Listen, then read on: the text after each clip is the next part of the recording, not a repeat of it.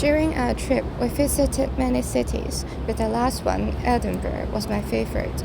One of the first places we went to was the Edinburgh Castle, but unfortunately the tickets were sold out and we couldn't get in. However, just seeing the outside was already breathtaking. As we walked by, we noticed a husky lying on the grass and it was so adorable.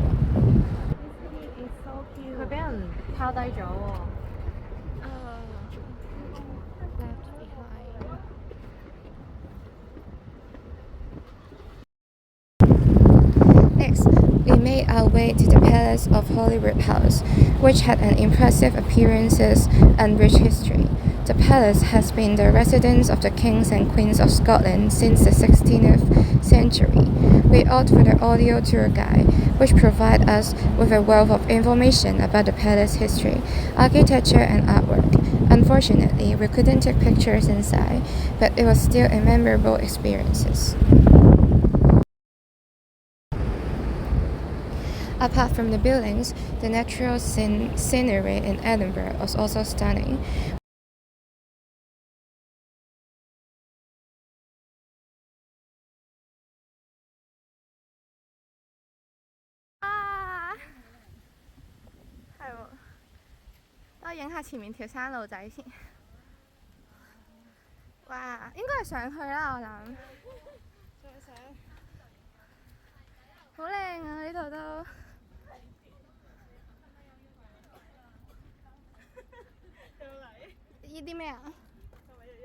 We hiked up Hilton Hill, which was a bit of a challenge for me, as I had a fear of heights.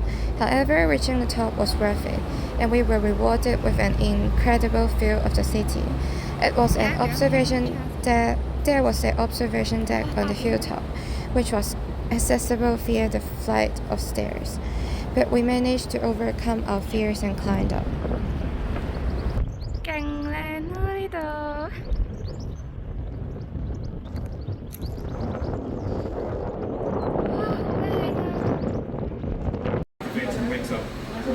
The middle section over here, the brewer's yeast. So this is the really traditional stuff. It's like a sourdough bread starter, so it's a fungus. So you need to keep it alive in the fridge by feeding it flour once a week.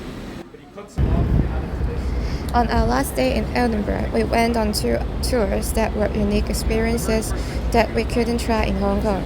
The first was a whiskey tour, where we learned about the process of making whiskey and even got to sample some of the finest Scottish whiskey.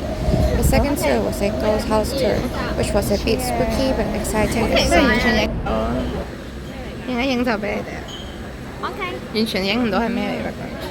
Okay. Overall, the trip was enjoyable.